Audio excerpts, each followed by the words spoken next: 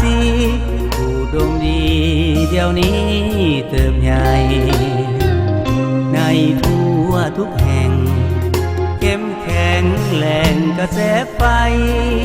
มุ่งเมืองสว่างสวัยแย้งแจ่มใสความไกลกระจายปีนี้บรรจบครบหอบเอวาวบริษัทไฟฟ้าของลาวคนเด่นก้าวทำการขยาย50 ปีผ่านพลังงานสูงส่งมากมายเพื่อเป็นค่าให้ตาข่ายเพิ่มให้หลายทับใช้ทันการยิ่งทวีคูณคำคูณสาเล่าทุกค่าจากความมืดดำกำตากลับมามีสุขสำลาอุตสาหกรรมคุณค่าล้ำหงจากโรงงานเป็นพลังส่วนใหญ่พื้นฐานได้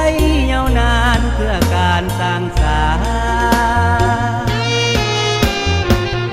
นอนแสงสว่างยังทางสดใสสาลาวสีวิไลสุขห้อมใจใต้พักน้ำพาได้มีความหวังพร้อมทั้งสู่ความวัฒนาดังใจที่ปรารถนาแสงไปงามตาใบหน้าเมือง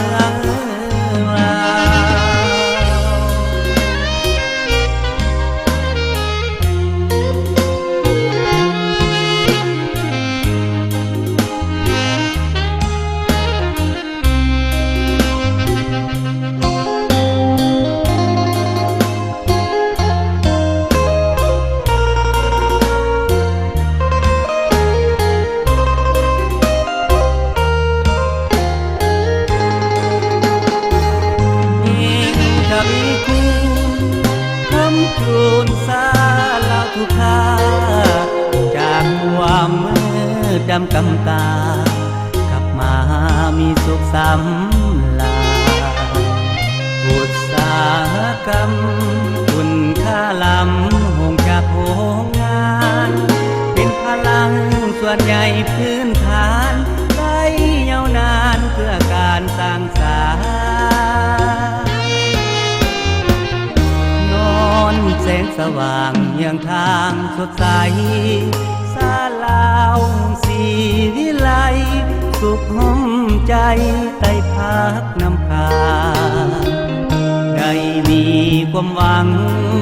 พร้อมทั้งสู่ความวัฒนาดังใจที่